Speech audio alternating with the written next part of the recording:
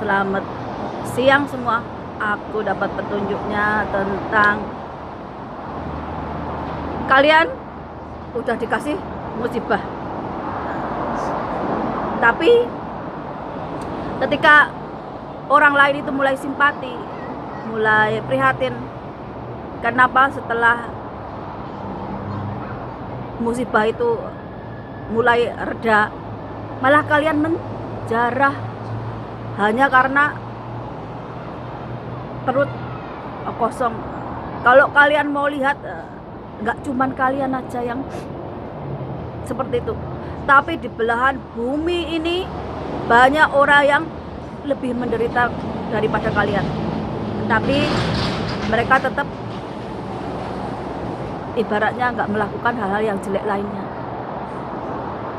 Padahal dalam pikiranku nih, oh, Medan yang terkenal dengan Gotham City-nya, ataupun yang biasanya kalau pas keadaan baik itu suka nyuri besi-besi itu, oh, habis dikasih bencana mereka tobat nih. Ternyata seperti itu. Jadi kalau udah sifat, udah karakter, mungkin mau seperti apapun Tuhan negurnya ya tetap aja ndablek, apalagi dinasehati. Jadi kalau jujur, mungkin perasaanku yang iba itu berubah menjadi kurang simpati. Kenapa? Karena kalian melakukan hal yang jelek. Apalagi di situ aku lihat ada anak-anak. Kalian mencontohkan anak-anak itu untuk menjarah. Dalam keadaan apapun seharusnya tidak boleh dilakukan. Karena apa? Karena yang menderita itu gak cuma kalian. Di belahan bumi manapun ada yang jauh lebih menderita. Tapi mereka gak mengambil hal yang lebih jelek lagi. Tapi aku gak nyalahin kalian 100%. Kenapa? Karena ini juga ada kesalahan dari pemerintah yang kurang cepat, kurang tanggap.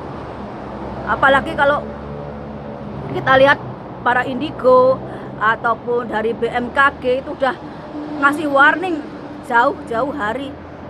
Tapi itu pemerintah Indonesia itu lalai. Mungkin kalau aku boleh ngomong sekarang, pemimpin Indonesia atau pejabatnya itu ya udahlah bodoh, licik, picik, serakah, tamak. Yang ada apa?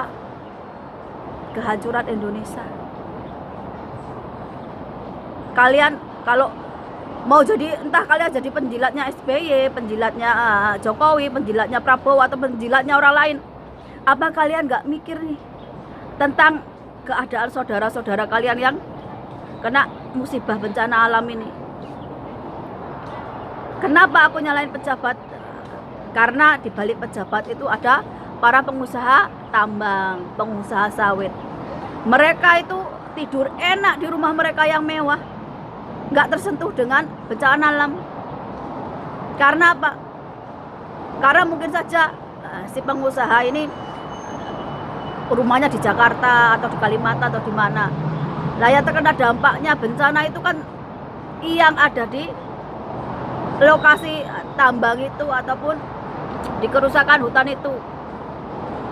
Ini jadi Indonesia udahlah dapat pemimpin pejabat yang bodoh, yang nggak punya karakter yang baik. Jadi siapa yang menderita? Ya rakyat. Kembali lagi ke rakyat. Kalau pas 5 tahun pas pemilu itu kita dikasih sogokan uang, sembako dan sebagainya, kita ya aja. Tapi sehabis itu jeleput. Ini Prabowo belum ada setahun aja udah kayak begini. Apalagi kalau melihat pidatonya yang menggalakkan kelapa sawit, ya dia enak, nggak kena bencana, nggak kena musibah. Tapi orang lain ini, kalau yang mendukung para pengusaha tambang ataupun para pengusaha sawit ataupun mendukung para pejabat, mungkin mereka kurang empati kepada rakyat kecil. Mereka pinter, cerdas, punya gelar, tapi mereka gak punya mata hati, gak punya mata batin, gak punya otak waras. Kita kalau orang waras, berpikiran terbuka, kita ngelihat orang lain menderita, itu gak tega, kita kasihan. Kenapa? Karena ingat bahwa kalau orang lain besok menderita, mungkin sekarang besoknya lagi kita. Itu kehidupan. Apalagi dengan kerusakan alam yang parah di Indonesia ini. Dampaknya nggak hanya ke Indonesia, tapi bisa sampai keluar Indonesia. Namanya cuaca ekstrim, namanya bencana alam. Bumi ini kan satu rangkaian, ada benang merahnya. Kalau yang satu rusak, pasti yang lainnya itu juga berdampak.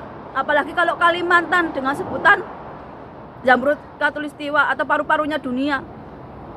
Kalau rusak, ya dunia ini akan perlahan-lahan rusak juga.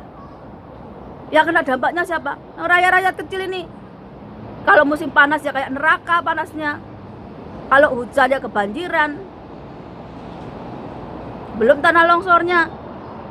Nah, kalau petingginya, pejabatnya, pengusaha sawitnya, pengusaha tambangnya, yo enak. Kalau mereka ada bencana ya mereka tinggal kabur ke luar negeri, ataupun mereka bisa pindah kota, pindah negara karena mereka punya uang. Orang kalau punya uang di mana-mana pun orang bakalan ngasih tempat tinggal. Tapi kalau rakyatnya kecil, udahlah kena musibah, miskin. Kalau kalian masih mendukung orang-orang yang bodoh, yang karakternya jelek, licik, picik, serakah,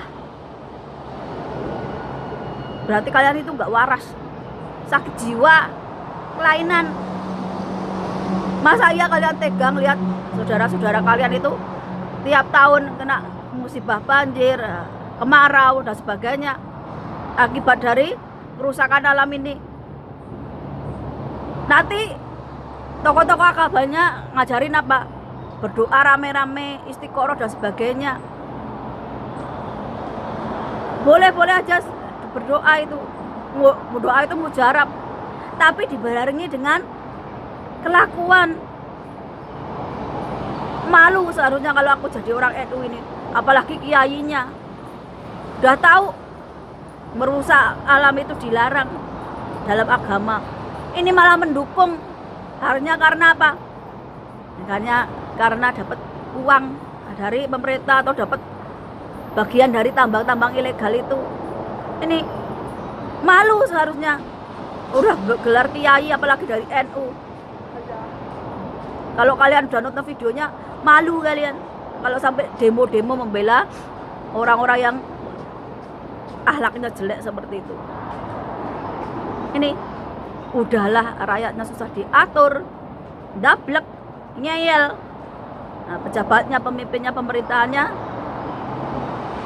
licik, picik, serakah. Apa-apa mau diembat. Giliran rakyatnya menderita, lambat kerjanya. Aku kemarin udah berpikir sama Tuhan, oh Tuhan, orang kalau dikasih musibah itu pasti bakalan tobat, bakalan insaf.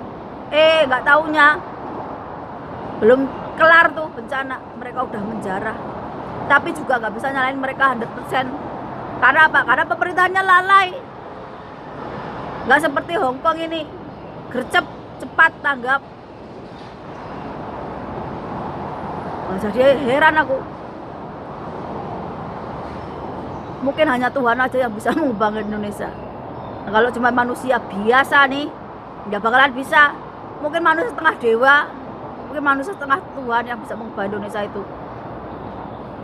Selamat siang dan sampai jumpa.